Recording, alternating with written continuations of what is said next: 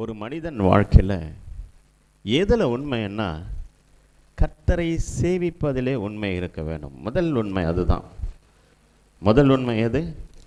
கர்த்தரை சேவிப்பதிலே உண்மை இருக்க வேண்டும். யோசுவாவின் புத்தகம் 24ஆம் அதிகாரம். யோசுவா எல்லாருக்கும் தேசத்தை பங்கிட்டு கொடுத்து விட்டான். அவன் எடுத்துக்கொள்ளப்பட போகிற நேரம் வருகிறது. அவன் எடுத்துக்கொள்ள போகிற நேரம் வரும்போது 12 கோத்திரங்களையும் அழைத்தான். அழைத்து அவன் சொல்கிறான், 14ஆம் வசனம், நீங்கள் கர்த்தருக்கு பயந்து அவரை உத்தமமும் உண்மையாய் சேவித்து உங்கள் பிதாக்கள் நதிக்குள் அப்புறத்துள்ள எகிப்திலும் சேவித்த தேவர்களை அகற்றிவிட்டு கர்த்தரை சேவியுங்கள். அல்லேலூயா. நீங்கள் ஆண்டவரை எப்படி சேவிக்க வேண்டும் என்றால் கர்த்தருக்கு பயந்து அவரை உத்தமும் உண்மையாய் சேவித்து. எப்படி சேவிக்கணும்? உத்தமும் உண்மையாய் சேவித்து உங்கள் பிதாக்கள் நதிக்கு அப்புறத்திலும் எகிப்திலும் சேவித்த தேவர்களை அகற்றிவிட்டு. இதுக்கு முன்னால் எந்த சாமியை கும்பிட்டீங்க? எதை கும்பிட்டோம்? இன்னைக்கு ஆற்றுல பாதி சேத்துல பாதி இருக்காங்க. எனக்கு புரியாத ஒரு புதிர் என்ன தெரியுமா? கல்யாணம் வைக்கிறாங்க நம்ம ஆட்கள். அப்புறம் பார்த்தா அன்றைக்கி தான் கல்யாணம் நல்லா இருக்கும். எங்கே பார்த்தாலும் கல்யாணம். எப்படா இவனுக்கு கரெக்டாக கல்யாணம் அன்னைக்கு இவங்களுக்கு எப்படி பண்ணாங்க? அவங்க வருவாங்க, பாஸ்டர் இந்த தேதி வச்சா நல்லா இருக்கும் பாஸ்டர், இன்றைக்கி வச்சா நல்லாயிருக்கும், இன்றைக்கி தான் வசதியாக இருக்குது, இன்றைக்கி வைங்களேன் அப்படிம்பாங்க. நான் சொன்னேன், நான் சொல்கிறதே செய்யுங்க. இல்லை பாஸ்டர், இன்றைக்கி எல்லாரும் சொந்தக்காரெலாம் வருவாங்க பாஸ்டர். வச்சுட்டான். அன்றைக்கி பார்த்தா கல்யாண மண்டபமும் பயங்கர பிஸியாக இருக்கும். எல்லா இடத்துல நல்ல நாள் கல்யாணம். நிச்சயதார்த்தமாக நல்ல நாளாக பாரு. எந்த காரியமும் நல்ல நாள் பார்க்குற அநேகருக்கு நான் சொல்லுவேன், நீங்கள் கர்த்தரை மறுதலிக்கிறீர்கள், விக்கிரகங்களை சேவிக்கிறீர்கள்.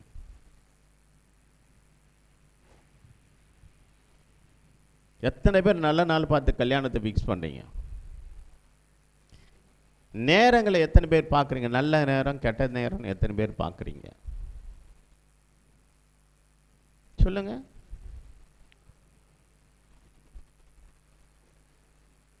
அன்னைக்கு தான் பார்த்தா ஊரெல்லாம் கல்யாணமாக இருக்கும். இவங்க சொன்னாங்க, பாஸ்டர் நான் ஒருத்தர்கிட்ட கேட்டேன், ஏம்மா என்ன தேதி வச்சாயிட்டேன். அவங்க சொன்னாங்க, பாஸ்டர் இன்றைக்கி தான் கல்யாண மண்டபம் ஃப்ரீயாக இருக்குது பாஸ்டர், அன்றைக்கி தான் நான் கல்யாணத்தை வச்சுருக்கேன். அப்படியா? அப்போ நம்ம ஒன்றும் தெரிய மாட்டேங்குது, நீங்கள் சொல்கிறத நான் அப்படியே நம்பிடுறேன். அப்புறம் பார்த்தா அன்றைக்கி தான் கல்யாண நாள், நல்ல நாள் பார்த்து கல்யாண மண்டபத்தை ஃபிக்ஸ் பண்ணிவிட்டு நம்மகிட்ட கேட்குறாங்க, பாஸ்டர் அன்றைக்கி தான் கல்யாண மண்டபம் ஃப்ரீயாக இருந்தது பாஸ்டர். உங்களையும் ஏமாற்றிக்கிறீங்க, என்னையும் ஏமாத்துறீங்க. ஏன் இந்த கர்த்தருக்கு விரோதமான காரியங்கள்? அங்கே சொல்கிறாரு, எகிப்திலும் அப்புறத்திலும் எகிப்திலும் சேவித்த தேவர்களை அகற்றிவிட்டு கர்த்தரை சேவியுங்கள். நாள் பார்க்கிறவனும் குறி சொல்கிறவனும் சன்னதம் கேட்கிறவனும் கர்த்தருடைய பார்வைக்கு அருவருப்பானவன். நாள் பார்க்கக்கூடாது. அல்லேலூயா. அப்போ சொன்ன, கர்த்தரை சேவிக்கிறது உங்களுக்கு பார்வைக்கு ஆகாததாய் கண்டாய் பின்ன யாரை சேவிப்பீர்கள் என்று தெரிந்து கொள்ளுங்கள். நதிக்கு அப்புறத்தில் உள்ள பிதாக்கள் சேவித்த தேவர்களை சேவிப்பீர்களோ? நீங்கள் வாசம் பண்ணுகிற தேசத்து குடிகளாக எமோரியன் தேவர்களை சேவிப்பீர்களோ? நீ யாரையா சேவிக்க போறீங்க? யாருக்கு உண்மையாக இருக்க போறீங்க?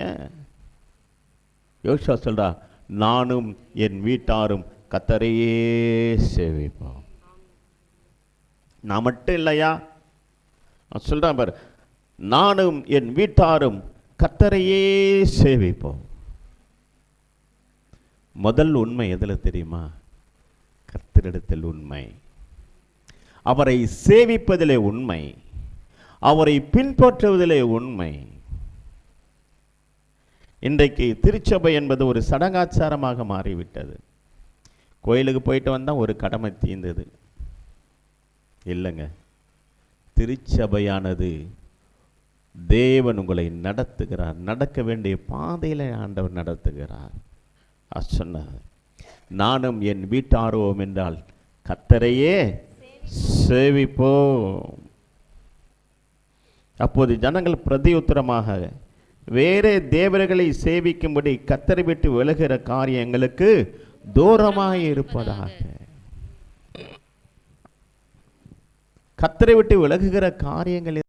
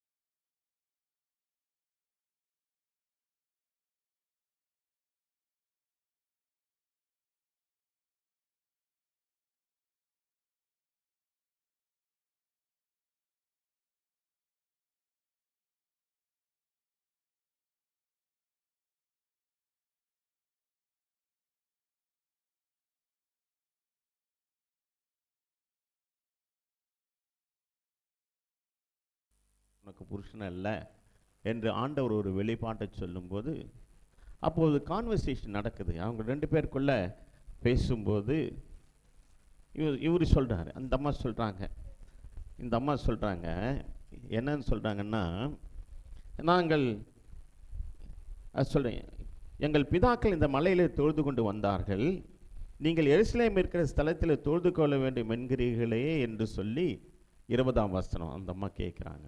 நீங்கள் அங்கே தான் போய் கடவுளை கும்பிடணும்னு சொல்கிறீங்களே.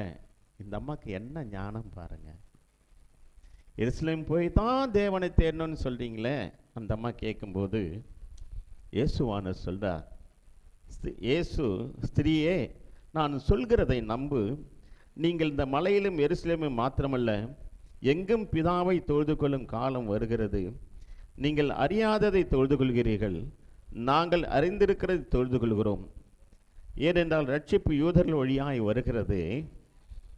பாருங்க, உண்மையாய் தொழுது கொள்கிறவர்கள், கர்த்தரை உண்மையாய் தொழுது கொள்கிறவர்கள், கர்த்தரை உண்மையாய் சேவிக்கிறவர்கள், பிதாவை ஆவியோடும் உண்மையோடும் தொழுது கொள்ளும் காலம் வரும், அது இப்போதே வந்திருக்கிறது.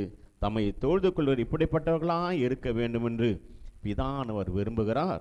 தேவன் ஆவியாய் இருக்கிறார், அவரை தொழுது கொள்கிறவர்கள் ஆவியோடும் உண்மையோடும் அவரை தொழுது கொள்ள வேண்டும். அவரை தொழுது கொள்கிறவர்கள் ஆவியோடும் உண்மையோடும் தொழுது கொள்ள வேண்டும். ஒரு விஷயம் சொல்லட்டா, உண்மையா பாட்டு பாடுறதுக்கும் உதட்டிலிருந்து தேவனை ஆராதிக்கிறதுக்கும் நிறைய வித்தியாசம் உண்டு. இருதயத்திலிருந்து ஆவில நிரம்பி ஜெபம் பண்ணுவதற்கும் உதட்டில ஜெபம் பண்ணுவதற்கும் நிறைய வித்தியாசம் உண்டு. அவரை தொழுது கொள்வதிலும் வித்தியாசம் உண்டு. சிந்தையை எங்கோ வைத்து கொண்டு ஆராதனை கவனிக்கிறவர்களாக இருப்போம். சிந்தையை எங்கோ வைத்து கொண்டு வார்த்தைகளை இந்த காதில் கேட்டா மாதிரி இருக்கும், கேட்காத மாதிரி இருக்கும், போகிறதுக்குள்ள விட்டுட்டு போயிடும். அப்போ தேவனை தொழுது கொள்வது என்றது என்ன? விக்கிரகாரனுக்கு ஒரு சிலை இருக்கிறது, அதுக்கு முன்பாக எல்லாத்தையும் வச்சு உடைச்சி அதை தொழுது கொண்டு போகிறான், அதை தூக்கிட்டு ஊர்வலமாக போகிறான். ஆனால் நம் தேவன் என்ன சொல்றாரு? என்னை நீ தொழுது கொள்ள வேண்டும் என்றால் ஆவியோடும் உண்மையோடும் என்னை தொழுது கொள்ள வேண்டும். உன்னோட ஆவியில நான் இருக்க போகிறேன், நான் உனக்குள்ள இருக்க போகிறேன். அந்த ஆவியோடும் உண்மையோடும் என்னை தொழுதுகொள். ஹல்லேலூயா, ஹல்லேலூயா. ஆகவே இன்றைக்கு இப்படிப்பட்டவர்கள் தான் தொழுது கொள்ள வேண்டும் என்று பிதாவாகிய தேவன் விரும்புகிறார். அப்போ நீங்கள் தொழுது கொள்வதிலே, கர்த்தரை சேவிப்பதிலே ஒரு மாற்றம் வர வேண்டும். உங்களுக்குள் தேவன் இருக்க வேண்டும். உங்கள் ஆவியோடும் உண்மையோடும் தேவனை நேசித்து அவரை ஆவியில நிரம்பி அவரை தொழுது கொள்ள வேண்டும். அதான் இயேசுவானவர் சொல்றார், தேவன் ஆவியாய் இருக்கிறார், அவரை தொழுது கொள்கிறவர்கள் ஆவியோடும் உண்மையோடும் அவரை தொழுது கொள்ள வேண்டும். அவர் எங்கும் நிறைந்த பரம்பொருள், எங்கும் நிறைந்தவர், சர்வ வியாபி. அவர் ஆவியாய் இருக்கிறார். அவரை உண்மையோடும் அவரை ஆவியோடும் உண்மையோடும் நாம் தொழுது கொள்ள வேண்டும். உதாரணம் பார்த்துக்கங்களேன், உதாரணம் பாருங்களேன். இங்கே இங்கே இங்கே எசேக்கியா ராஜா பாருங்க, 2 ராஜாக்கள் 20ஆம் அதிகாரம் 1-5 வரைக்கும் வாசிங்களேன். எசேக்கியா வியாதிப்பட்டு மரணத்துக்கு ஏதுவாக இருந்தான். அப்போது ஆமோஸின் குமாரனாக ஏசாயா என்னும் தீர்க்கதரிசி அவனிடத்தில் வந்து அவனை நோக்கி, நீர் உமது வீட்டு காரியத்தை ஒழுங்குபடுத்தும், நீர் பிழைக்க மாட்டீர், மரித்து போவீர்கள் என்று கர்த்தர் சொல்லுகிறார் என்றான். அப்போது எசேக்கியா தன் முகத்தை சுவர்புறமாக திரும்பிக் கொண்டு கர்த்தரை நோக்கி, இருக்கீங்களா? ஒரு ஆமேன் என்று சொல்லுங்களேன். என்ன புரிஞ்சுதுன்னு ஆமேன்னு சொல்றீங்க? என்ன புரிஞ்சுதுன்னு ஆமேன் என்று சொல்றீங்க? எசேக்கியா முகத்தை சுவர்புறமாய் திருப்பிக் கொண்டு கர்த்தரை நோக்கி,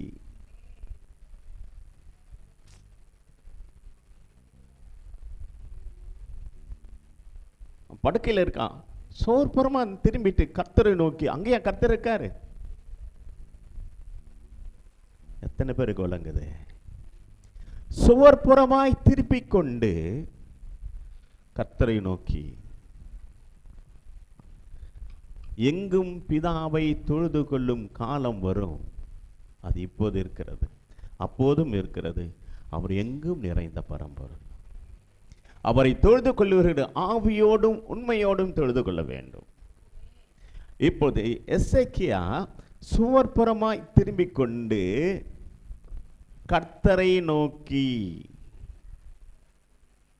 அவன் இருதயம் கர்த்தரை நோக்கி அவன் தொழுது கொள்கிறான், கர்த்தரை நோக்கி விண்ணப்பிக்கிறான். ஆகவே உங்கள் வாழ்க்கையில உண்மையான இருதயத்தோட ஆவியோடும் உண்மையோடும் தேவனை தொழுது கொள்ள வேண்டும். அப்படி உண்மையாய் தொழுது கொள்ளுகளுடைய விண்ணப்பங்களை கர்த்தர் உடனே கேட்கிறார். ஆமென் என்று சொல்லுங்களேன். யாரோட விண்ணப்பங்கள் உடனடியாக கேட்கப்பட்டது? எசேக்கியா சோர்புறமாய் திரும்பி கொண்டான்.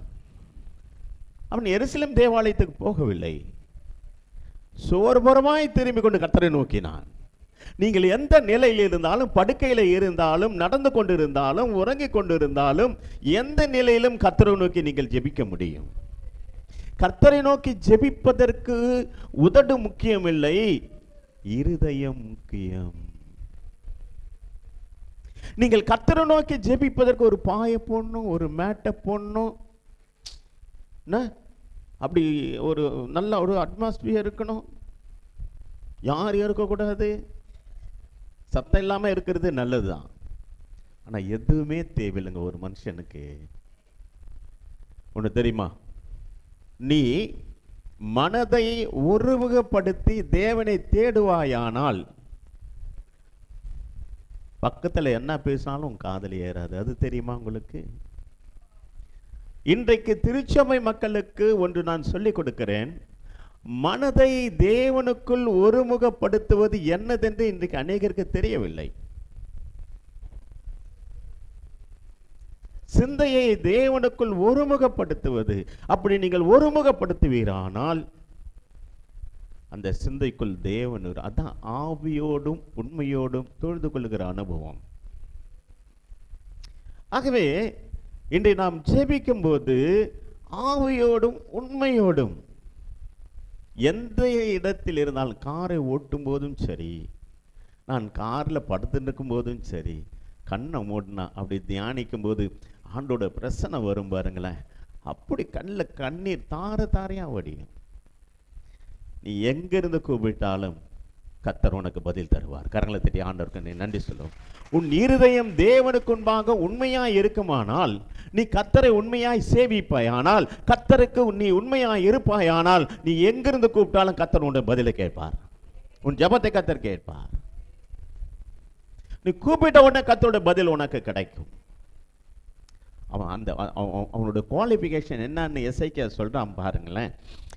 அவன் என்ன சொல்கிறான் பாருங்களேன். அவன் அழகாக சொல்கிறான், கர்த்தாவே, நான் உமக்கு முன்பாக உண்மையும் மன உத்தமமாய் நடந்து உமது பார்வைக்கு நலமானதை செய்தேன் என்பதை நினைந்தருளும். அழகா சொல்றான் பாருங்க. கர்த்தாவே, நான் உமக்கு முன்பாக உண்மையாயிருந்தேன். கரங்களை தட்டி எத்தனை நன்றி சொல்லுங்க பார்க்கலாம். இதை எத்தனை பேருக்கு நம்ம சொல்ல முடியும்? எத்தனை பேர் இதை சொல்ல முடியும்? கர்த்தாவே, நமக்கு முன்பாக உண்மையும் மன உத்தமாய் நடந்து கொண்டேன். தேவ காரியங்களை நான் உண்மையும் மன உத்தமாய் உமக்கு முன்பாக நடந்து கொண்டேன். மாத்திரமல்ல, உம்முடைய பார்வைக்கு நலமானதை செய்தேன் என்பதை நினைந்தரு என்று விண்ணப்பம் பண்ணினான். எசேக்கியா மிகவும் அழுதான். எசேக்கியா மிகவும் அழுதான். பாருங்களேன், உண்மையாய் உத்தமமாய் தேவனை சேவித்த அவன் சுவர்புறமாய் தேவனை நோக்கி கூப்பிட்ட போதே உடனடியான பதில் வந்தது. ஹல்லேலூயா! உடனடியாக பதில் வந்தது. ஏசாயா பாதி முற்றத்தை விட்டு அப்புறம் போகிறதுக்கு முன்பாக கர்த்தருடைய வார்த்தை அவனுக்கு உண்டாகி, அப்பா அழகா நீ திரும்பி போய் என் ஜனத்தின் அதிபதி ஏசாயை நோக்கி, உன் தகப்பனாக தாவீதின் தேவராகிய கர்த்தர் சொல்லுகிறது என்னவென்றால், உன் விண்ணப்பத்தை கேட்டேன், உன் கண்ணீரை கண்டேன், இதோ நான் உன்னை குணமாக்குவேன், 3ஆம் நாளில் நீ கர்த்தருடைய ஆலயத்துக்கு போவாய். உன் விண்ணப்பத்தை கேட்டேன், உன் கண்ணீரை கண்டேன். நீ உண்மையாய் இருப்பாயானால், நீ உண்மையாய் கர்த்தரை சேவிப்பாயானால், நீ உண்மையாய் கர்த்தரை தேடுவாயானால், நீ கூப்பிட்ட உடனே ஆண்டவர் பதில் கொடுப்பார். நீ கூப்பிட்ட உடனேயே கர்த்தரிடத்திலிருந்து பதில் வரும். உன் விண்ணப்பத்தை கேட்டேன், உன் கண்ணீரை கண்டேன். அப்படின்னா என்ன அர்த்தம் தெரியுமா?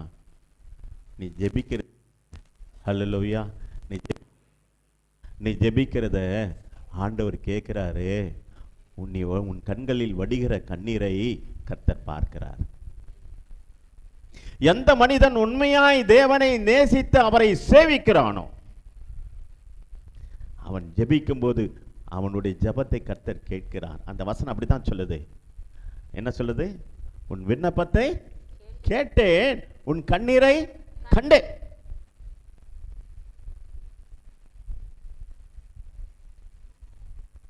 நீ உண்மையாய் தேவனை நேசித்து அவரை சேவிப்பாயானால், நீ சொல்வதை கர்த்தர் கேட்பார், நீ கேட்பதை கர்த்தர் கொடுப்பார். கரங்களை தட்டி ஆண்டவருக்கு நாம் நன்றி சொல்லுவோம். ஹல்லேலூயா, ஹல்லேலூயா. ஒருத்தன் ஆண்டவர் எருசலேம் நகர வழியாக கடந்து போகிறார். திரளான ஜனங்கள் அவரை பின்பற்றி கொண்டு இருக்கிறார்கள். கண்ணே தெரியாத பர்த்திமேயு கேட்கிறான், யார் போறது? நசரனாகிய இயேசு போகிறார். இயேசு போகிறார். அவன் சொன்னான், தாவீதின் குமாரனே எனக்கு இறங்கும். மற்றவங்களுக்கு இல்லாத ஒரு அறிவு. தாவீதின் எங்கேயோ போயிட்டான் அவன். இவன் என்ன சொன்னான்? நசரனாகிய இயேசு போகிறான்னு சொல்றான். நசரனாகிய நாசரேத்தூரானாகிய இயேசு போகிறார். நசரேன் விரதம் கொண்ட இயேசு போகிறார். 2 அர்த்தத்தில் சொல்லலாம். இவனுங்களை தாண்டி அந்த குருடனுக்கு ஒரு அறிவு இருந்தது தெரியுமா? தாவீதின் குமாரனே எனக்கு இரங்கும். அப்போ ஆண்டவர் பற்றி அவன் நன்றாக அறிந்திருக்கிறான். ஆண்டவரை தேடுகிறவனாய் இருந்திருக்க வேண்டும். கண்கள் இல்லையே ஒழிய அவன் ஆண்டவரை தேடுகிறவனாய் இருந்திருக்க வேண்டும். நசனாகிய இயேசுவே எனக்கு இரங்கும். இவ்வளோ பேர் இருக்காங்க, அவ்வளோ பேர் சத்தமா போறாங்க. ஆனா ஒருவன் கேட்டான் தெரியுமா? உண்மையாய் கூப்பிட்டான் தெரியுமா? உண்மையாக நல்ல அந்த சுச்சுவேஷனை யோசிச்சு பாருங்க. திரளான ஜனங்கள் போகிறாங்க. நசனாகிய இயேசுவே எனக்கு இரங்கும் சொல்றா. மற்றவங்க என்ன சொல்றாங்க? டேய் அமைதியேறா, நீ அமைதியை கத்தாத. அவ்வளோ சந்தடி மத்தியில உண்மையாய் நேசித்து கூப்பிட்ட அவனுடைய சத்தத்தை இயேசுவானவர் கேட்டார், நின்றார். நீ உண்மையாய் தேவனை சேவித்து அவரை கூப்பிடுவாயானால் அவர் உன் பக்கத்தில் வந்து நிற்பார். உன் கூப்பிடுதலுக்கு கர்த்தர் செவி கொடுப்பார். வந்தான், நான் உனக்கு என்ன செய்ய வேண்டும் என்று இருக்கிறான். நான் உனக்கு என்னப்பா செய்யணும்? என்ன கூப்பிட்டான ஒழிய என்ன வேணும்னு அப்போ கேட்கல. நல்லா ஞாபகம் வச்சுக்கோங்க. நான் உனக்கு என்ன செய்ய வேண்டும் என்று இருக்கிறான் என்ற கேள்வி ஏன் வந்ததுன்னா, கூப்பிட்டான். தாவீதின் குமாரனே எனக்கு இரங்கும் என்று கூப்பிட்டான். இவர் வந்து, எப்பா என்னை கூப்பிட்டியே, நான் உனக்கு என்ன செய்யணும்? நான் பார்வையடைய வேண்டும். அல்லேலூயா. உண்மையாய் கூப்பிட்டான். அவன் உண்மையாய் தேவனை சேவித்தான். கர்த்தர் என்னார் என்பதை அவன் அறிந்து கொண்டிருந்தான்.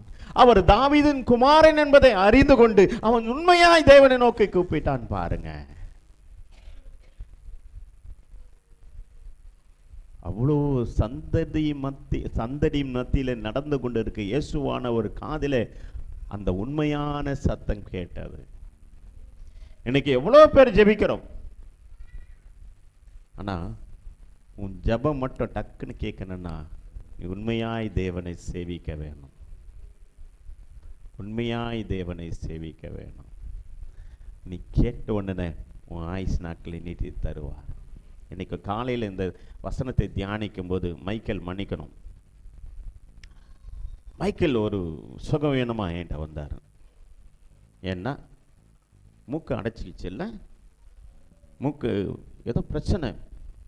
இப்போ டாக்டருங்க சொல்லிட்டாங்க மூக்கை பிளாக் பண்ணிடணும்னு. மூக்கை என்ன பண்ணிட்டாங்க? ஏதோ ஒரு டிஷ்யூ வச்சு மூக்கை பிளாக் பண்ணிடணும்னு. எனக்கு ஃபோன் பண்ணி சொன்னார், பாஸ்டர் மூக்கை நான் பிளாக் பண்ணிட்டா வாயில தான் சுவாசிக்கணும், வாயில தான் சாப்பிடணும். இயலாத ஒரு விஷயம். என்ன வேணாலும் பரவாயில்ல, ஆண்டவர் பார்த்துப்பார். அந்த மூக்கை அவர் கடைசி வரைக்கும் அடைக்கவே இல்லை. அல்லேலூயா. அடைக்கவே இல்லை. அடைச்சாதான் அவர் பிழைப்பார். ஆனால் கர்த்தர் மேல் பாரத்தை வைத்து விடு. எந்த மனிதன் உண்மையாய் சேவிப்பானோ. எனக்கு எப்போ 2-3 நாள் முன்னால் அவங்க கடைக்கு போயிருந்தேன், அதுதான் எனக்கு ஞாபகம் வந்துச்சு. உண்மையாய் எந்த மனிதன் சேவிக்கிறானோ, உண்மையாய் எந்த மனிதன் அவரை நோக்கி கூப்பிடுகிறானோ அவன் பெற்றுக்கொள்ளுவான். சுகத்தையும் சரி, மற்ற எந்த காரியங்களையும், எந்த ஆசீர்வாதங்களையும் சரி, உண்மையாய் அவரை நோக்கி கூப்பிடுகிற மனிதன். உண்மையாக மைக்கேலுக்கு வந்த ஆபத்து சாதாரண விஷயமே கிடையாது. அப்படி ஒரு சூழ்நிலை இருந்தால் என்ன அவர் இருக்கிறாரான்றதே சந்தேகமாக தான் இருந்திருக்கும். ஆனால் கர்த்தரை சேவித்து அவரை தேடின நிமித்தம் தேவன் தீர்க்காயுசை தந்து நல்ல பிள்ளைகளை ஆண்டவர் தந்திருக்கிறார். கரங்களை தட்டி ஆண்டவருக்கு நன்றி சொல்லு. அதே போல பாரதியம்மா பாருங்க, எவ்வளோ போராட்டம் அவங்க வாழ்க்கையில். உண்மையாய் தேவனை தேடுகிறவர்கள் அநேகர், உங்களில் நல்ல முத்துக்கள் இருக்கிறது. உண்மையாய் கர்த்தரை தேடுகிற அநேகர் நீங்கள் இருக்கிறீர்கள். எனக்கு தெரிந்ததை சொன்னேன். உங்கள் வாழ்க்கையில் ஆண்டவரை உண்மையாய் தேடுகிற மனுஷர்கள் பரிபூர்ண ஆசீர்வாதங்களை பெறுவீர்கள்.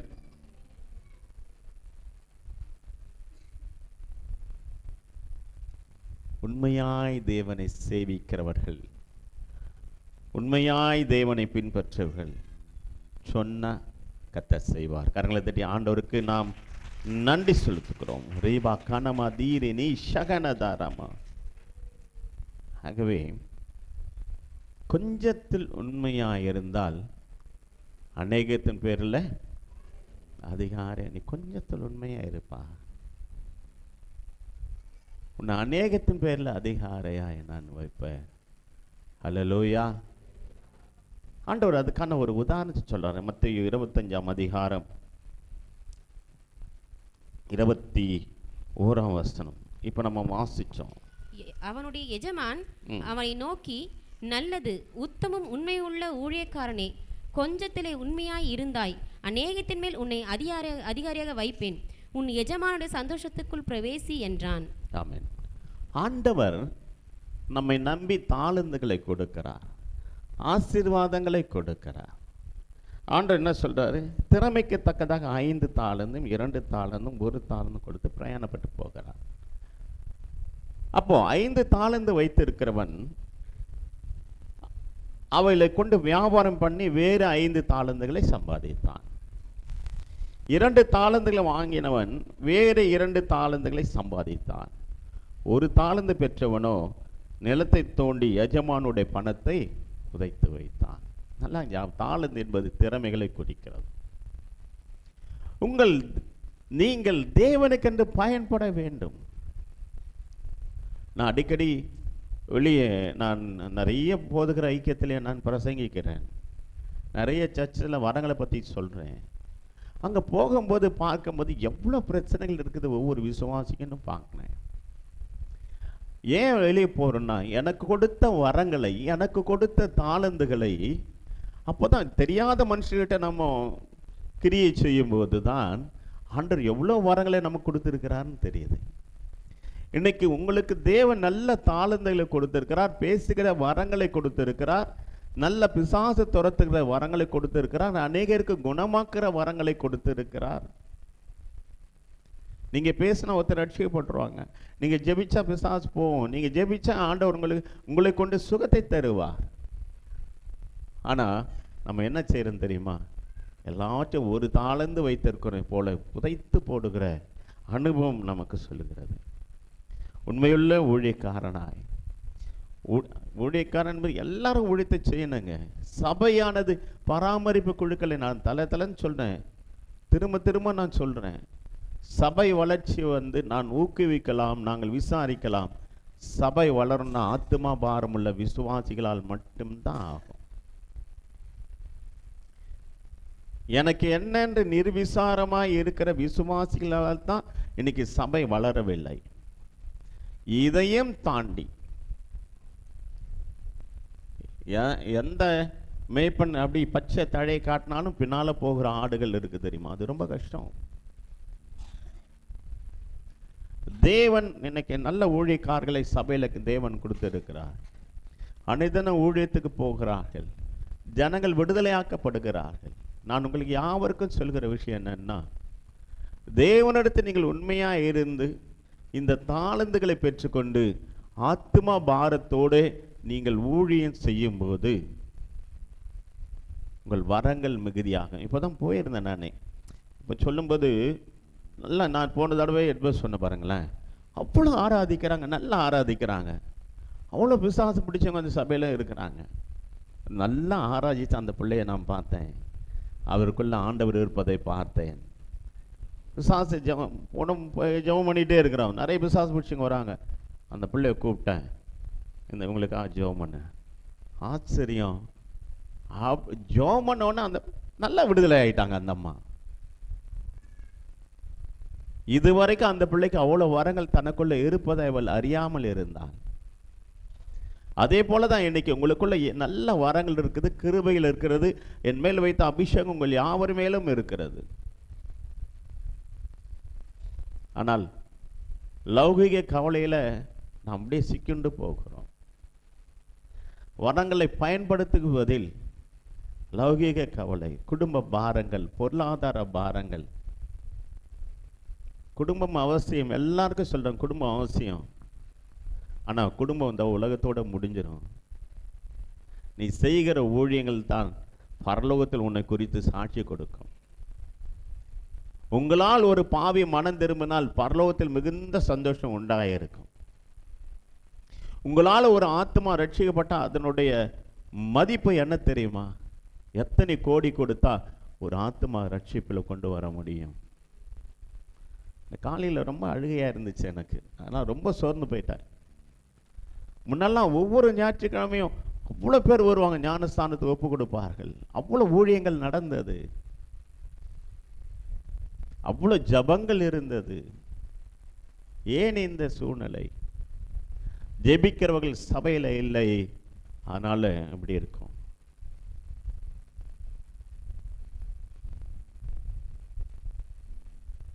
பிசாசு பிடிச்சவங்க பார்த்து சொல்லுங்க, எவ்வளவு பேர் பிசாசு பிடியில இருந்து நரகத்துக்கு போகிறார். தேவனே என்னை பயன்படுத்தும், என்னை எடுத்து பயன்படுத்தும் என்று நீங்கள் கேளுங்கள். நான் வாழணும், நான் நல்லா இருக்கணும், நான் ஆசீர்வாதமா இருக்கணும், இதுதான் இன்னைக்கு எல்லாமே அப்படி ஒரு சுயநலத்தில் தான் இருக்கும். யார் என் காரியமாக போவான், யாரை நான் அனுப்புவேன் என்று தேவ சத்தத்தை கேட்கிற மனிதன் எங்கே?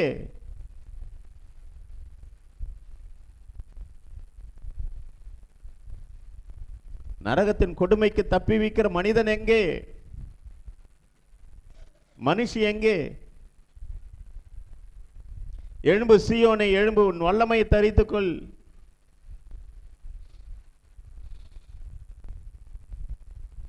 என்று ஒரு நாள் நம்மை சுற்றி இருக்கிற அத்தனை பேரும் விட்டு விட்டு தான் போக போகிறோம். நீ மட்டும் போனா சபைக்கு வந்ததே வேஸ்ட். கர்த்தர் உன்னோடு இருப்பாரானால், நீ பெற்றுக்கொண்ட ஆவியானவர் உனக்குள் இருப்பாரானால், அவரோடு கூட நீ மரிப்பாயானால் அதுதான் பாக்கியம். இன்னைக்கு அதான் சொல்றேன்.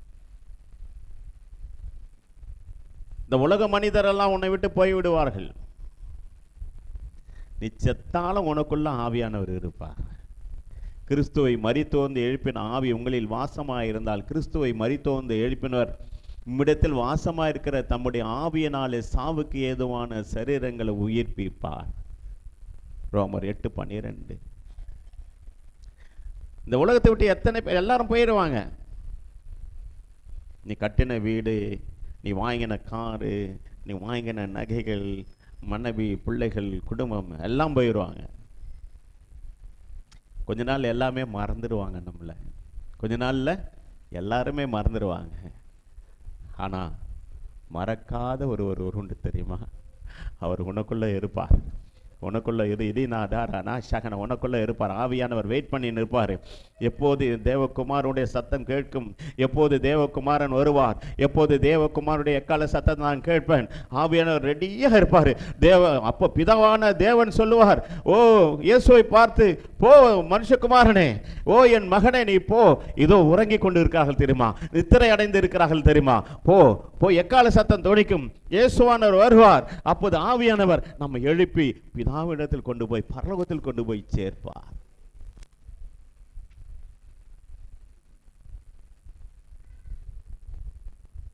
இந்த உலகத்தில் எந்த மனிதன் நம்மை விட்டு போனாலும், எந்த உறவுகள் நம்மை விட்டு போனாலும், நம்மை விட்டு போகாத ஒருவர் தேவன் மாத்திரம்தான். ஹல்லேலூயா, தேவன் மட்டும்தான். இன்றைக்கு நீங்கள் பெற்றுக்கொண்ட பரிசுத்த ஆவியானவர் மரித்தாரும் உனக்குள்ளதான் இருப்பார். எலிசா மரித்தான். அடுத்த வருஷத்தில் சீரியாவின் தண்டு வந்தது. சொத்து போனு தூக்கி எலிசாவின் கல்லறையில் போட்டார்கள். உருண்டு போய் எலும்பு மேல் பட்டது. எலிசாவின் எலும்பு மேல் பட்டது. எலும்புல பட்டவனா அவன் உயிரோடு எழும்பிட்டான். ஏன் தெரியுமா? அவன் பெற்றுக்கொண்ட அபிஷேகம் அவனுக்குள்ளதான் இருந்துச்சு. நீங்கள் பெற்றுக்கொண்ட ஆவியானவர் உங்களுக்குள்ளதான் இருப்பார். அவர் வெயிட் பண்ணுவார், வெயிட் பண்ணுவார், வெயிட் பண்ணுவார். எத்தனை ஆண்டு காலமானாலும், எத்தனை ஆண்டு காலமானாலும் உனக்குள்ளதான் இருப்பாரு. எப்போது எக்கால சத்தம் கேட்கும், உடனே எழுப்பி கூட்டிட்டு பரலோகத்து போயிடுவாரு.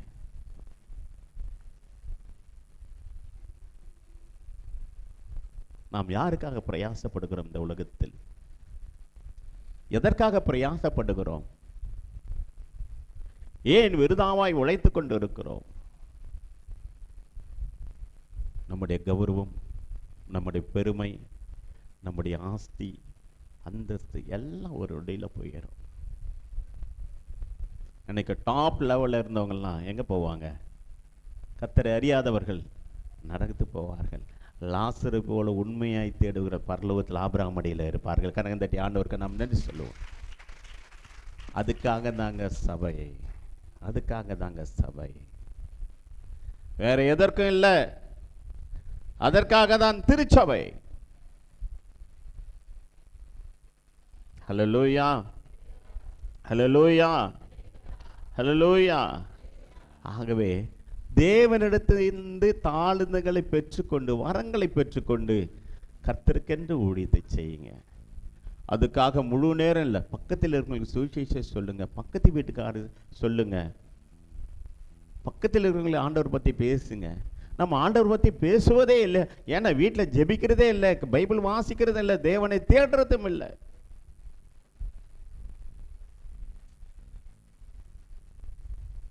தேவனை தேடுங்கள், உண்மையாய் சேவியுங்கள். ஆண்டவர் உன்னோடு இருப்பாரானால் நீ சொல்லும்போது அவர்கள் ரட்சிக்கப்படுவார்கள். நீ ஜெபித்தா வியாதி சுகமாகும். நீ கை நீட்டினா பிசாசு அவங்களை விட்டு போகும். ஆண்டவர் பட்சபாதம் உள்ளவர் அல்ல. ஹல்லேலூயா, ஹல்லேலூயா. ஆகவே எனக்கு அன்பானவர்களே, தேவனுடைய வீட்டில், தேவனுடைய வீட்டில், தேவனுடைய வீட்டில் உண்மையாயிருங்கள். தேவனுடைய வீட்டில், தேவனுடைய வீட்டில் உண்மையாயிருங்கள். ஹல்லேலூயா. ஆகவே மோசே பற்றி ஒரு சாட்சி சொல்லும்போது, மோசே பற்றி ஒரு சாட்சி சொல்லும்போது எபிரேயர் 3:5 நம்ம வாசிக்கிறோம். எபிரேயர் 3:5 அது மேற்கோள் காட்டுகிறார். எபிரேயரில் பவுல் அடிகளார் மேற்கோள் காட்டுகிறார். மோசே அழகாக சொல்லப்படுங்களேன். எபிரேயர் 3:5 சொல்லப்பட போகிற காரியங்களுக்கு சாட்சியாக மோசே பணிவிடைக்காரனாய் அவனுடைய வீட்டில் எங்கும் உண்மையுள்ளவனாய் இருந்தான். மோசே தேவனுக்கு பணிவிடை செய்தான். அவருடைய வீட்டில் எங்கும் உண்மையுள்ளவனாய் இருந்தான். எங்கும் உண்மையுள்ள மனுஷன் தாங்க நம்ம இன்னைக்கு இல்லை. அதே விஷயம் என்னாகமம் 12ஆம் அதிகாரம் 7ஆம் வசனத்திலிருந்து வாசிப்போம். என்னாகமம் 12:7 என் தாசனாகிய மோசேயோ அப்படிப்பட்டவன் அல்ல, என் வீட்டில் எங்கும் அவன் உண்மை உள்ளவன். 1ஆம் வசனத்தை பாருப்பா. 1ஆம் வசனத்தில் வாசிக்கும் போது, எத்தியோப்பிய தேசத்து ஸ்திரியை மோசே விவாகம் பண்ணியிருந்தபடியால் மீரியாமும் ஆரோனும் அவன் விவாகம் பண்ணின எத்தியோப்பிய தேசத்து ஸ்திரீ நிமித்தம் அவனுக்கு விரோதமாய் பேசினான். நீ கல்யாணம் பண்ணது தப்புடா அப்படின்னு சொல்லிட்டு விரோதமாக பேசினாங்க. அடுத்த வசனம். அப்போ சொல்றாங்க, கர்த்தர் மோசே கொண்டு மாத்திரம் பேசினாரோ, எங்களை கொண்டு அவர் பேசினதில்லையோ என்றார்கள். கர்த்தர் அதை கேட்டார். கர்த்தர் கேட்டார். பாருங்களேன், அக்கா, அண்ணன், தம்பி, நல்லா ஞாபகம் வச்சுங்க. ஒரு அழகான விஷயம் இதுக்குள்ளே இருக்குது. ஒரு அற்புதமான விஷயம் ஒன்று இருக்குது. நீ கர்த்தருக்கு உண்மையாக இருக்கிறவன், நீ கர்த்தருக்கு உண்மையாக இருக்கிறவன். இப்போ உன்னை குற்றப்படுத்தும்படி உன்னுடைய அக்கா, சகோதரி, உன்னுடைய அண்ணன் ரவுண்டு கட்டிக்கிட்டாங்க. நீ எத்தியோப்பிய ஸ்திரியை விவாகம் பண்ணினபடியால் மீரியாமும் ஆரோனும் அவனுக்கு விவாகம் பண்ணி எத்தியோப்பிய ஸ்திரீ நிமித்தம் அவனுக்கு விரோதமாய் பேசி, டேய் நீ தான் ஊழியக்காரனடா, நாங்களும் ஊழியக்காரன் தான்டா, கர்த்தர் மோசே கொண்டு மாத்திரம் பேசினாரோ, எங்களை கொண்டு அவர் பேசினதில்லையோ என்றார்கள். பேசின்னு இருக்கும்போதே கர்த்தர் கேட்கிறார், நீ உண்மையாய் தேவனை நேசிக்கிறவளாய் சேவிக்கிறவர்களாய் இருந்தால் உனக்கு விரோதமாய் யார் பேசுகிறார்களோ அதை கர்த்தர் கேட்பார். நன்றாக ஞாபகம் வைத்துக் கொள்ளுங்கள். நீ உண்மையாய் தேவனை நேசித்து அவரை சேவிப்பாயானால், கர்த்தருக்கு நீ உண்மையாய் இருப்பாயானால், உன் சகோதரி பேசினாலும் சரி, உன் சகோதரன் பேசினாலும் சரி, உன் குடும்பத்தார் பேசினாலும் உனக்கு விரோதமாய் கர்த்தர் அதை கேட்பார். என் தாசன் மேல அவர் சொல்றாரு, சரிதியில் கர்த்தர் மோசேயும் ஆரோனை மீரியாம் நோக்கி, நீங்கள் 3 பேரும் ஆசாரிப்பு கூடாரத்தை புறப்பட்டு வாருங்கள் என்று சொன்னார். கர்த்தர் மேகத்தூணில் இறங்கி கூடார வாசலில் நின்று ஆரோனை மீராமையும் கூப்பிட்டார். அவர்கள் இருவரும் போனார்கள். அப்போது அவர், என் வார்த்தையை கேளுங்க, உங்களுக்குள்ள ஒரு தீர்க்கதரிசி இருந்தால் கர்த்தராக நான் தரிசனத்தில் என்னை அவனுக்கு வெளிப்படுத்தி சொப்பனத்தில் அவனோடு பேசுவேன். என் தாசனாகிய மோசே அப்படிப்பட்டவன் அல்ல, என் வீட்டில் எங்கும் உண்மையுள்ளவன், அவனோடு நான் முகமுகமாய் பேசுகிறேன். நீங்கள் என் தாசனாக மோசேக்கு விரோதமாய் பேச உங்களுக்கு பயமில்லாமல் போனது என்ன என்றார். நீங்கள் தேவனுடைய வீட்டில் உண்மையாக இருப்பாயானால், கர்த்தரிடத்தில் உண்மையாக இருப்பாயானால், சபைக்கு உண்மையாக இருப்பாயானால், நீங்கள் பெற்றுக்கொண்ட ஆவியானவருக்கு, உனக்குள் பெற்றுக்கொண்ட தேவனுக்கு நீங்கள் உண்மையாக இருப்பாயானால், உனக்கு விரோதமாய் எழும்பும் எந்த ஆயுதம் வாய்க்காதே போகும். உனக்கு விரோதமாய் எழும்புகிற எந்த ஆயுதம் வாய்க்காதே போகும். உனக்கு விரோதமாய் பேசுகிறவர்கள் இச்சகம் பேசி அடங்குவார்கள். கர்த்தர் அவர்களை சந்திப்பார். உனக்கு விரோதமாய் கை நீட்டி பேசுகிறவர்களை கர்த்தர் காண்பார், கேட்பார். தேவனுடைய வீட்டில் நீ உண்மையாக இருக்கிற பட்சத்தில், கர்த்தருக்குள் நீ உண்மையாக இருக்கிற பட்சத்தில், உனக்கு விரோதமாய் பேசுவதை கர்த்தர் கேட்பார். அவர்களை சிட்சிப்பார், தண்டிப்பார் என்பதை நீங்கள் புரிந்து கொள்ளுங்கள். நீ அவங்கள தண்டிக்கிறதுக்கு முன்னாலே ஆண்டவர் இறங்கி வந்துடுவாருங்க. நீ அவங்களோட பேசுறதுக்கு முன்னாலே கர்த்தர் இறங்கி வந்துடுவாரு. எப்படா என் பிள்ளை பேசுன, நீ அப்பா பிள்ளைன்னு வச்சுக்கோங்களேன். பிள்ளை தப்பே பண்ணி பக்கத்து வீட்டு பையனை அடிச்சுட்டு வந்துருக்கோம். அது அவங்க வந்து கேட்கும்போது, என் பிள்ளை அப்படிலாம் பண்ண மாட்டானே, அப்படியே பிள்ளை அப்படியே பிடிச்சிப்பாங்க. பார்த்தீங்களா, ஒரு தாய். அந்த தாயை விட மேலானவர் நம்முடைய ஆண்டவருங்க. உனக்கு விரோதமாய் பேசும்போது கர்த்தர் கேட்பாராம், நீ எப்படா என் பிள்ளைய பேசுவ? மீரியாம், நீ என்ன பண்ண? மேகம் கூடாரத்தை விட்டு நீங்கிட்டு மீரியாம் உறைந்த மழையின் வெண்மை போல குஷ்டரோகி ஆனால் ஆரோன் மீராமை பார்த்தப்போ அவள் குஷ்டரோகி ஆயிரம். நீங்கள் உண்மையாய் மன உண்மையாய் தேவனை சேவிப்பீர்கள் ஆனால் கர்த்தர் உன்னோடு கூட பயங்கர பராக்கிரமசாலியாய் பாதுகாப்பார். உனக்கு விரோதமாய் பேசுவதற்கு முன்பாகவே தேவன் உனக்கு பதில் அளிப்பார். உனக்கு விரோதமாய் பேசுவர்களை முன்பாக தேவன் உனக்கு பதில் அளிப்பார். நீ தேவனுடைய வீட்டில் உண்மையாக இருக்கிறாயா? கர்த்தரிடத்தில் உண்மையாக இருக்கிறாயா? சத்துருக்களை குறித்து ஒருபோதும் கவலைப்படாது. பழி வாங்குதல் கர்த்தருக்குரியது. நீங்கள் சும்மா இருங்கள், கர்த்தர் உங்களுக்காக யுத்தம் பண்ணுவார். நீங்கள் கர்த்தரை உண்மையாய் நேசிப்பீர்களானால், கர்த்தரை உண்மையாய் சேவிப்பீர்களானால், கர்த்தர் உனக்கு விரோதமாய் பேசுவதை கர்த்தர் கேட்பார், கர்த்தர் சந்திப்பார், கர்த்தர் உனக்காக யுத்தம் செய்வார்.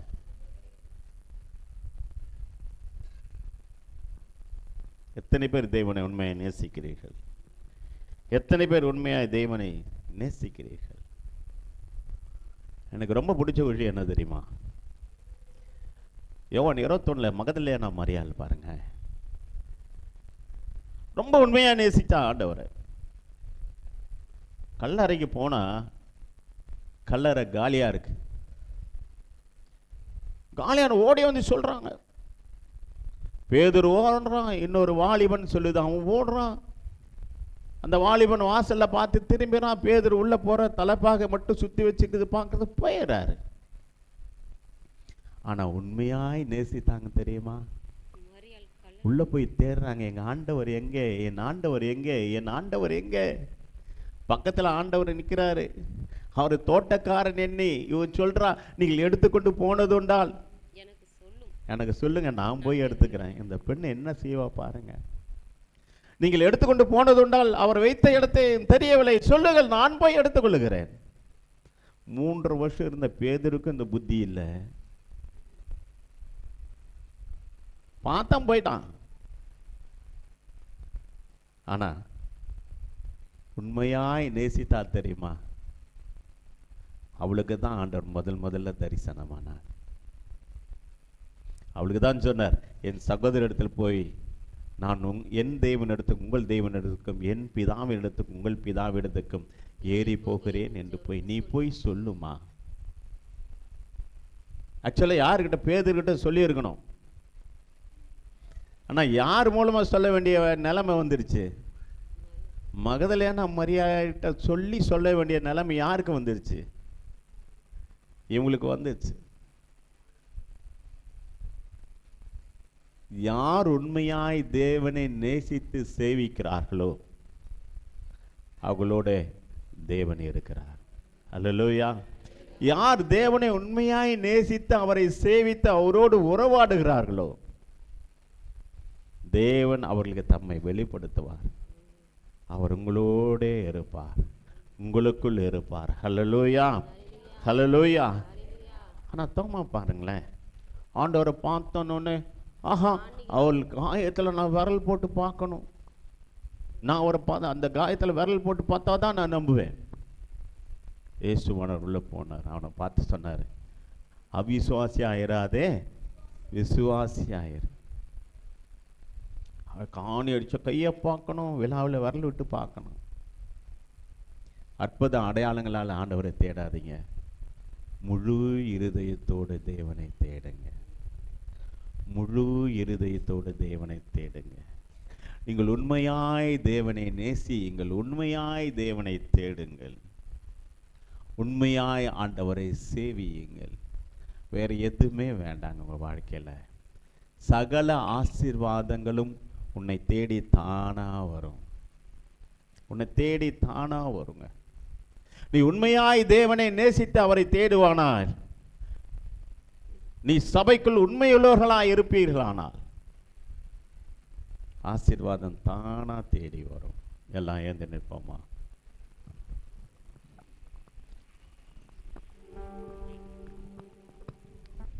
வைசி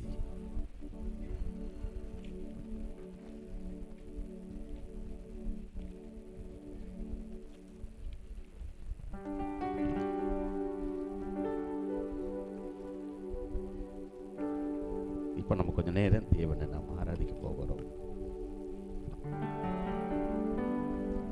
எத்தனை பேர் நான் பார்க்குறேன் தெரியுமா?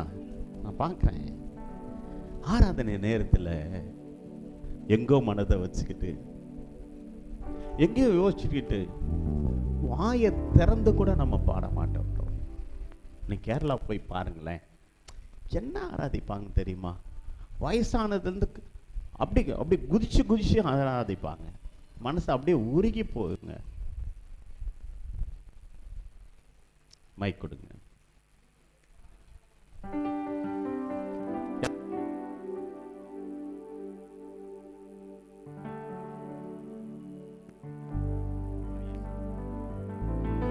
அல்லேலூயா. எத்தனை பேர் தேவனை உண்மையாய் நேசிக்கிறீர்கள்? உண்மையாய் நேசிக்கிறவன் ஆவியோடும் உண்மையோடும் அவரை தொழுது கொள்வான்.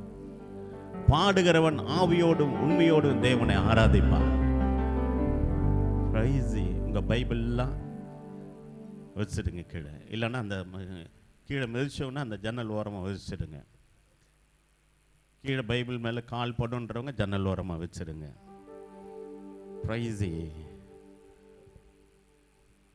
எல்லாரும் கொஞ்ச நேரம் தேவனை ஆராதிக்க போகிறோம். நீ உண்மையாய் ஆராதிக்கிறாயா இல்லை உதட்டிலிருந்து ஆராதிக்கிறாயா என்பதை தேவன் பார்க்கிறார். ஆராதிப்பதில் உண்மையாயிருங்க.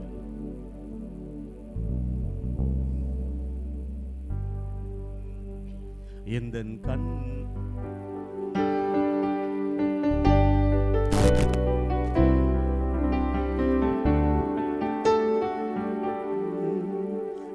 கண்மலையானவரே, என்னை காக்கும் தெய்வம் நீரே.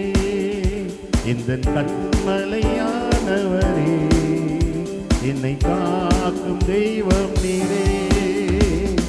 வல்லமை மாட்சிமை நிறைந்தவரே, மகிமைக்கு பாத்திரரே.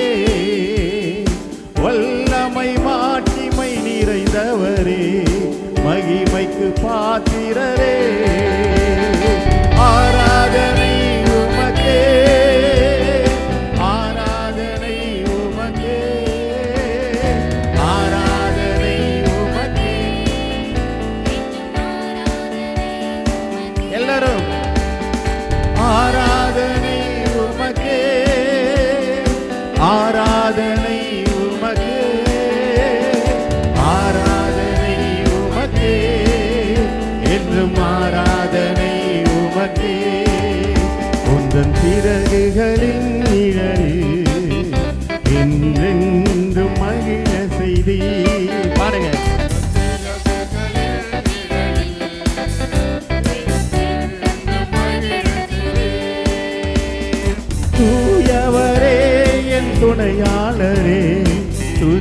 துதிக்கு பாத்திரரே,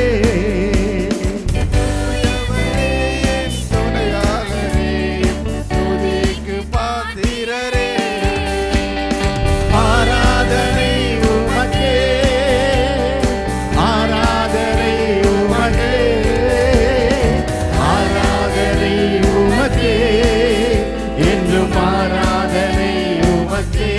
கரங்களை வைத்து தேவனை ஆராதிப்போம். நீராதார நகரவ லாதர நிகலவ ருகனவ தூரன சிகலாதார. ஆமென்.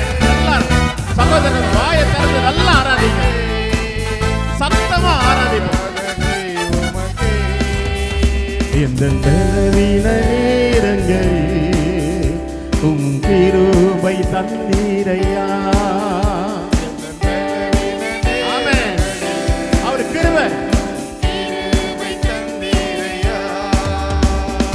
இயேசு ராஜா என் பலனானி, எதற்கும் பயமில்லையே.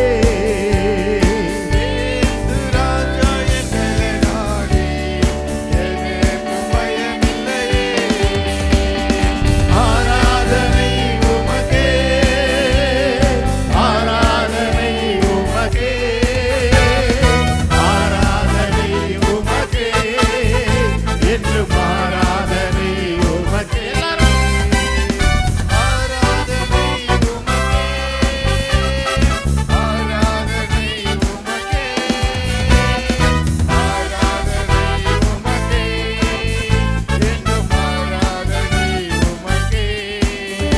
என் உயிருள்ள நாட்கள் எல்லாம் உம்மை புகழ்ந்து பாடிடுவே.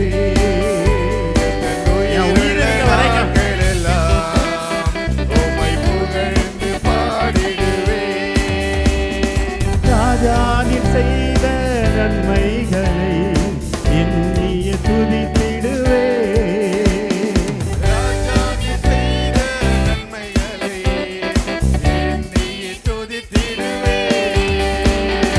ஆராதனை உமக்கே, ஆராதனை உமக்கே, ஆராதனை உமக்கே, என்றும் ஆராதனை உமக்கே. கர்த்தரே தேவன், தேவன் என்றே ஆர்ப்பரிப்போம். கர்த்தரே தேவன், கர்த்தரே தேவன் என்றே ஆர்ப்பரிப்போம். கர்த்தரே தேவன், கர்த்தரே தேவன் என்றே ஆர்ப்பரிப்போம். கர்த்தரே தேவன், கர்த்தரே தேவன் என்றே ஆர்ப்பரிப்போம். வேண்டிடும் பக்தர்களின் ஜெபம் கேட்டே பனிமழை நிறுத்தினார் வல்ல தேவன்.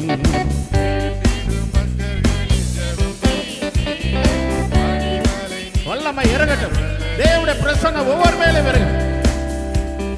பஞ்ச காலத்தில் விதை வைத்து பாத்திரங்களை அவர் ஆசீர்வதித்தார். பஞ்ச காலத்தில் விதை வைத்து பாத்திரங்களை அவர் ஆசீர்வதித்தார். ஆராதனை உமக்கே, ஆராதனை உமக்கே, ஆராதனை உமக்கே, என்றும் ஆராதனை உமக்கே. கர்த்தரே தேவன், கர்த்தரே தேவன் என்றே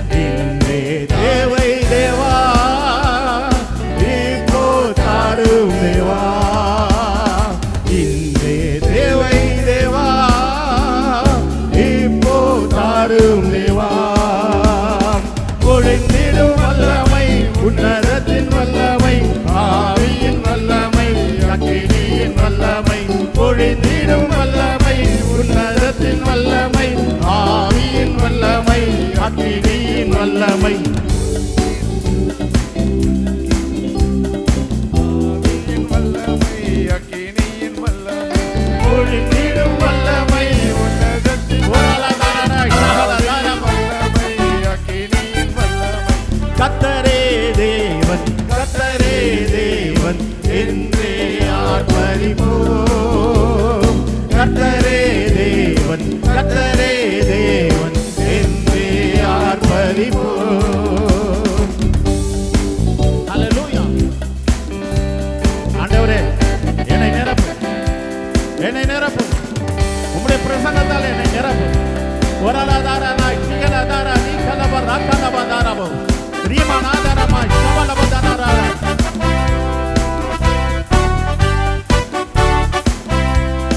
மாம்சமான யாவர் மீதும்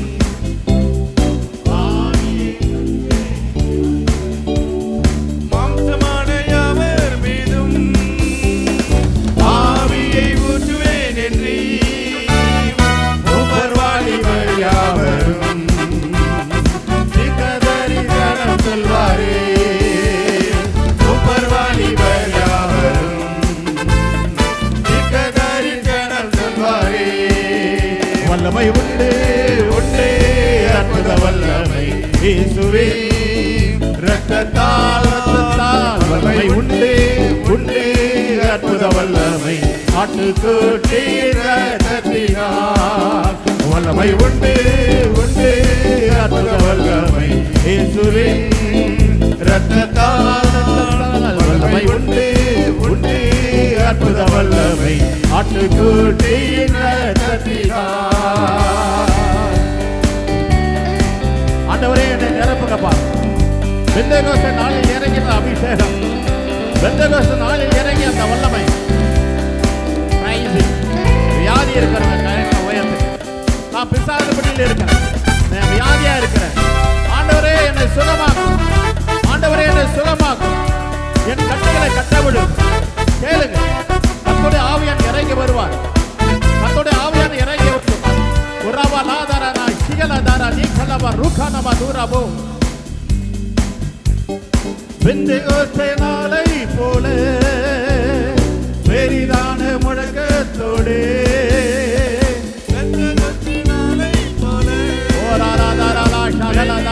முழக்கத்தோடு வல்லமையாக இறங்கி வரங்களினாலே நிரப்பும்.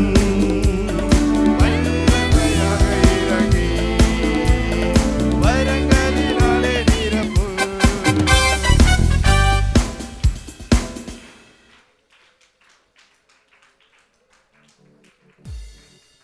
எத்தனை பேர் உண்மையை கேட்குறீங்க? அநேகர் பார்க்குற வாயை திறக்கிறது இல்லை. உன் வாயை நன்மையை நான் திறத்தி ஆக்குற தெய்வம். தயவுசெய்து சிஸ்டர்ஸுக்கு நல்லா, சகோதரிகள் நல்லா வாய் திறந்து பாருங்க, கூப்பிட்றாங்க. சகோதரிகளே, உங்கள் முழு இருதயத்தோடு முழு மனதோடு யாராவது பிசாசு பிடிச்சி வந்தாங்களா முன்னால் வந்துடுங்க. வியாதி உள்ளவங்க இருந்தால் முன்னால் வாங்க. நான் இறங்கி வரவே தேவையில்ல, ஆண்டவரே சுகமாக்குவார். வியாதி உள்ளவங்க இருந்தால் முன்னால் அங்கே நீ வந்துடுங்க. சாதுபடிகளுக்கு முன்னால் வந்துடுங்க. இதோ தேவோட வல்லமையின் மேல் இறங்கி வரும். நான் ஜெபிக்க வேண்டிய அவசியமே இல்லை. கர்த்தரே சுகத்தை தருவார். ஒரு ரலாதாரா நீ ஷகலாதாரா நீ கல்லாபா ரக்கானமா தூராபோ. கரங்களை உயர்த்தி ஆண்டவரே எனக்கு சுகத்தை தாரு. அங்கே நில்லுங்க போதும். நான் வியாதியா இருக்கிறேன், எனக்கு பிசாசு பிடியிலிருந்து விடுதலை வேணும். ஒண்ணுமே இல்லை, கர்த்தர் உனக்குள்ள வந்தா போதும். கர்த்தர் உனக்குள்ள வந்தா, கர்த்தர் உனக்குள்ள வந்தா போதும்.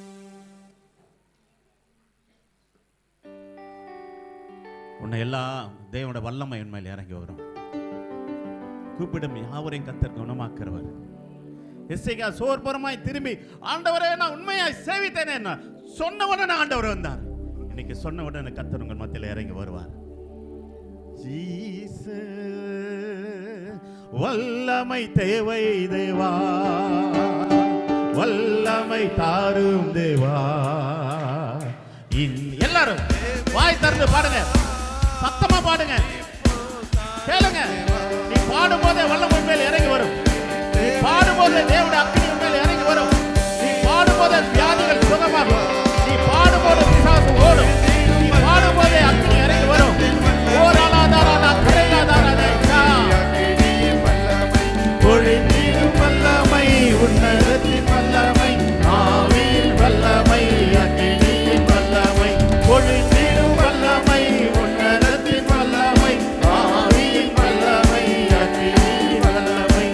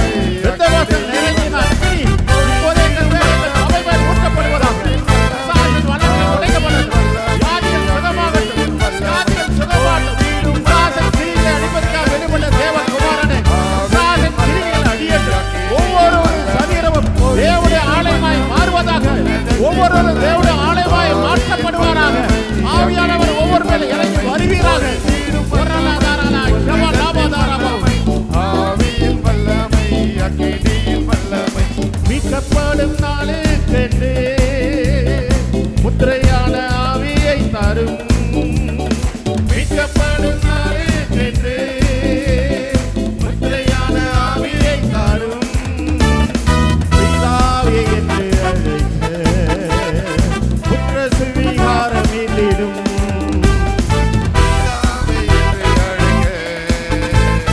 புத்திர சுவிகாரம் இல்லிடும் பொழுதிடும் வல்லமை வல்லமை ஒவ்வொரு மேலும் நீலாதார கரவலாதார வல்லமை தீபலாதார கவலமதுரவ கரவலாதார தீபலாதார நீவல்லவ ரூகனவ ரவ அக்னி அக்னி அக்னி அக்னி அக்னி அக்னி ஃபயர் ஓராலா அக்னி இறங்கட்டும் அக்னி இறங்கட்டும் அக்னி இறங்கட்டும் மாவலியே எல்லா நாவிகள் வெளியே வரட்டும் எல்லா நாவிகள் வெளியேறட்டும் ஓராலா தாராலா தீபலாபா தாராபோ ஓ அக்னி இறங்கட்டும் அக்னி போடுங்க ஆண்டவரே ஒவ்வொருவரும் தேவனுடைய அக்னி பரலோகத்தின் அக்னி உரிவா கதவா தூரலா கதவா வியாதிகள் வெளியேறட்டும் வியாதி கொண்டவர்கள் பிசாசே வெளியே போ எல்லா நாவிகள் வெளியேறட்டும் சூரியத்தின் ஆவிகள் வெளியேறட்டும் மத்தகவாத்தின் ஆவிகள் வெளியேறட்டும் தேவ பிள்ளைகள் மேலே தேவனுடைய அபிஷேகம் இறங்கி வருவதாக தேவ பிள்ளைகள் மேலே தேவனுடைய அபிஷேகம் இறங்கி வருவதாக fire fire fire ஓராலா தாராலா Kaba lava தாராபா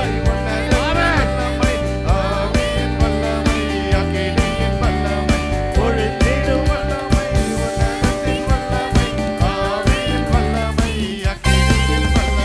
ஆராதனை உமக்கே ஆராதனை உமக்கே ஆராதனை உமக்கே என்றும் ஆராதனை உமக்கே எல்லாரும் என்றும் ஆராதனை உமக்கே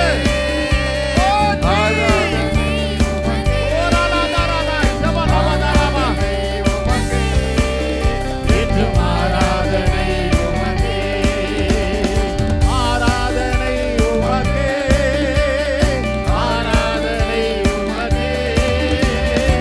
ஆராதனை உமக்கே என்றும் ஆராதனை உமக்கே ஆராதனை உமக்கே ஆராதனை உமக்கே ஆராதனை உமக்கே என்றும் ஆராதனை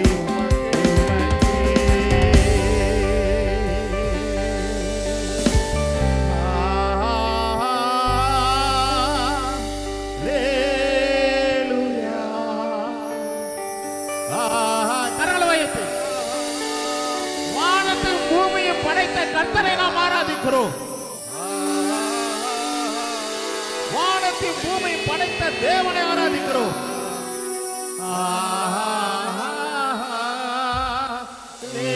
அல்லேலூயா.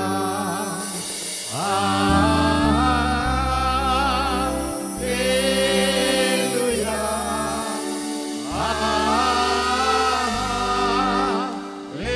அல்லேலூயா. அல்லேலூயா.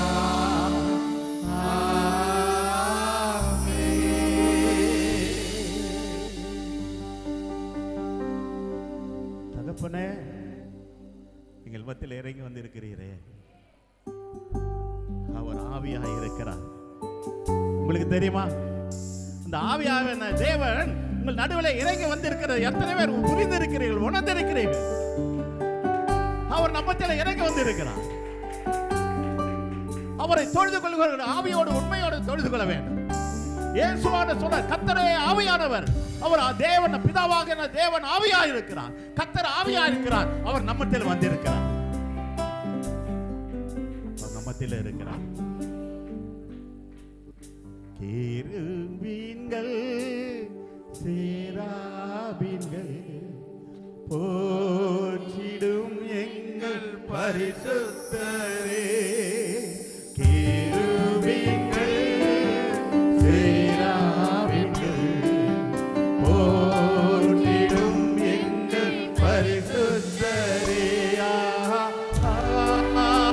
ஆராதனை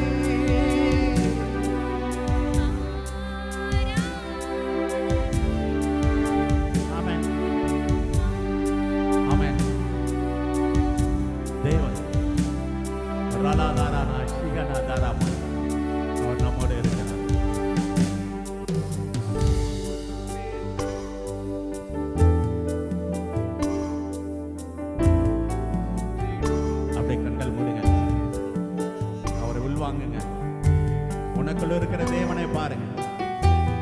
உனக்குள்ள இருக்க கர்த்தரை பாருங்க. உன்னை தனியா அவர் விடல, உன்னை திக்கற்றலா விடல. அவர் உங்கள் நடுவிலே வாசம் பண்ணி உனக்குள்ள இருக்கிறதை பார். நம் நடுவிலே வாசம் பண்ணுகிற கர்த்தரை பார். உனக்குள்ள இருக்கிற தேவனை பார்.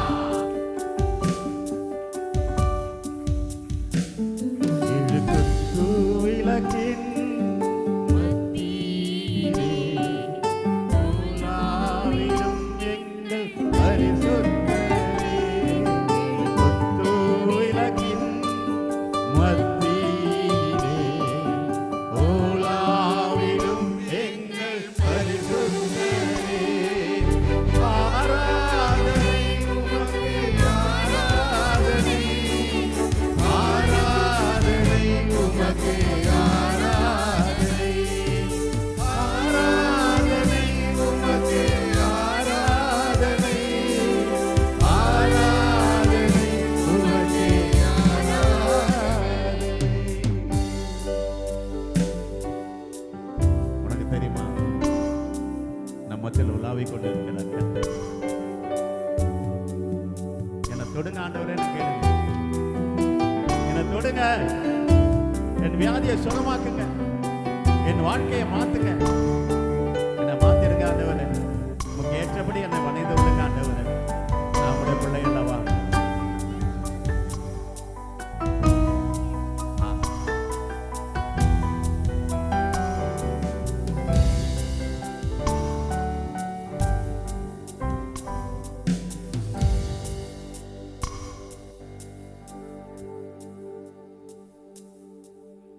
கண்ணமா அப்படி நின்ற வண்ணமாக கண்களை மூடுங்க.